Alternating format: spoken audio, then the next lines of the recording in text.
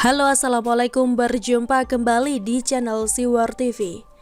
Silahkan memotivasi, tapi lebih baik berbagi. Ditulis oleh Alifur Rahman. Ketika Aurel cerita bahwa dulu dia susah dan sering makan mie instan, jiwa miskin saya bergolak. Karena dulu di masa Aurel masih kecil, makan mie instan itu sebuah simbol kemewahan. Zaman saya SD dulu tidak mudah untuk beli mie instan. Saya perlu menunggu menang arisan anak-anak dulu baru bisa beli. Jadi kalau Aurel bilang itu adalah masa-masa sulit, ini semakin menunjukkan betapa gap kesejahteraan antara kita cukup jauh. Ini sama seperti warung nasi Padang yang selalu tertulis rumah makan sederhana.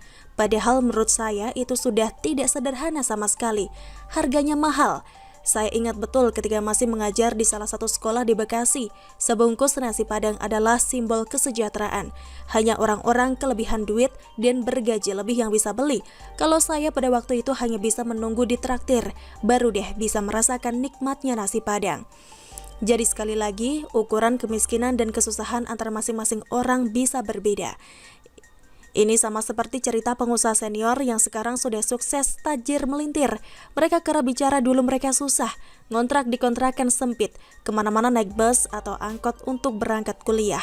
Mereka itu mungkin punya tujuan untuk memotivasi kita hari ini, lalu bercerita kondisi di masa lalu. Tapi mereka lupa bahwa ngontrak, kuliah dan naik angkot di ibu kota itu adalah sebuah kemewahan luar biasa di zamannya. Kalau dibandingkan dengan orang tua saya misalnya, atau orang-orang tua di desa-desa yang banyak tidak sampai S1, maka jelas cerita kuliah naik angkot itu bukanlah cerita susah. Mungkin hari ini, kalau ada mahasiswa masih pakai angkot, bisalah kita anggap kurang mampu, karena mayoritas sudah pakai motor, tapi itu standar susahnya sudah berbeda. Mahasiswa yang pakai motor itu pun masih banyak yang berangkat dari kalangan menengah ke bawah. Contoh lain seperti petani yang kini sudah pakai motor ke sawah, itu bukan lagi sebuah kemewahan, karena mayoritasnya sudah begitu. Saya sengaja menulis ini setelah ribut-ribut soal Atta dan Aurel sudah melandai atau katakanlah selesai. Tidak dibahas lagi karena itu lebih nyaman dan lebih mudah diterima. Emosi sudah turun, perdebatan sudah nyaris habis. Dengan begitu pembaca dapat menilai dan berpikir dengan tenang terkait hal ini. Tapi saya yakin teman-teman di luar sana atau yang saat ini diberikan rejeki melimpah seringkali bercerita tentang pahitnya masa lalu tanpa melihat sekelilingnya. Sehingga catatan ini mestinya masih relevan untuk beberapa tahun ke depan.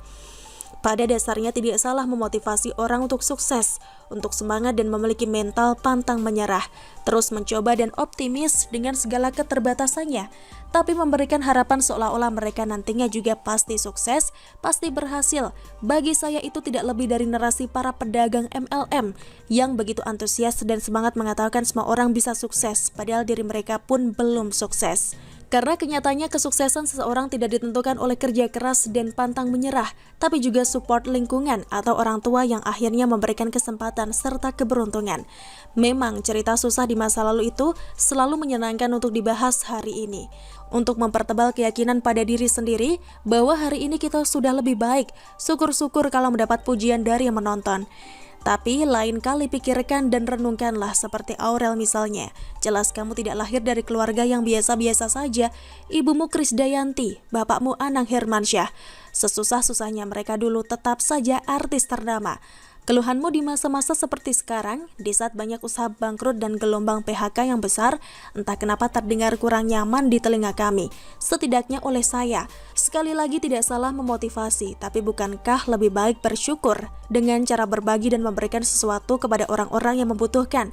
Karena jujur, di masa-masa sulit seperti sekarang, rasa syukur kalian jauh lebih penting dan berharga dibandingkan cerita-cerita motivasi yang menyayat hati.